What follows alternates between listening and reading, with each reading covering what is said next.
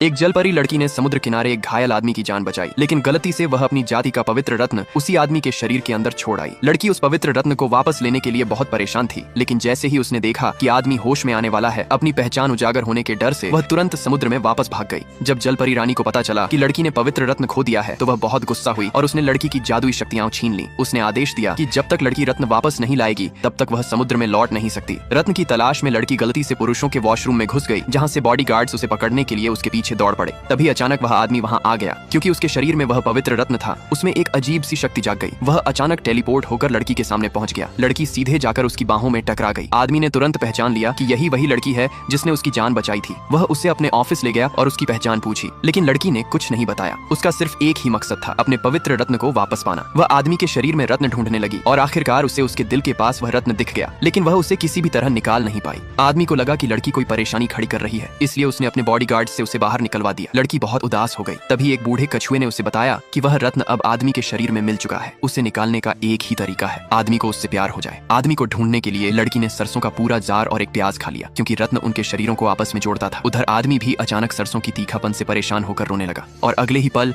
वह जादू के कारण लड़की के सामने पहुंच गया। आदमी इस अजीब घटना से हैरान था। उसने लड़की को कोट पहनाया और उसे घर ले जाने का फैसला किया ताकि उसकी सच्चाई जान सके। तब लड़की ने बताया कि वह समुद्र की जलपरी राजकुमारी है। शुरू में आदमी को यकीन नहीं हुआ, लेकिन जो कुछ अभी हुआ था उसके बाद वह उसे अपने साथ रहने देने को तैयार हो गया। उसने लड़की को एक क्रेडिट कार्ड दिया और कहा कि वह एक आम इंसान की तरह कपड़े पहने। लड़की ने सोचा कि अगर आदमी उससे प्यार करेगा तो वह रत्न वापस ले पाएगी, इसलिए उसने खुद को बहुत सुंदर तरीके से तैयार किया। लेकिन उसे यह नहीं पता था कि आदमी पहले ही उससे प्यार करने लगा है, इसीलिए वह उसे अपने पास रख रहा था और चाहता था कि वे हमेशा साथ रहें। लेकिन तभी अचानक लड़की का मंगेतर टेलीपोर्ट होकर वहां आ गया। वह उसे वापस समुद्र में ले जाने और उससे शादी करने आया था। आगे जानने के लिए लाइक सब्सक्राइब करें।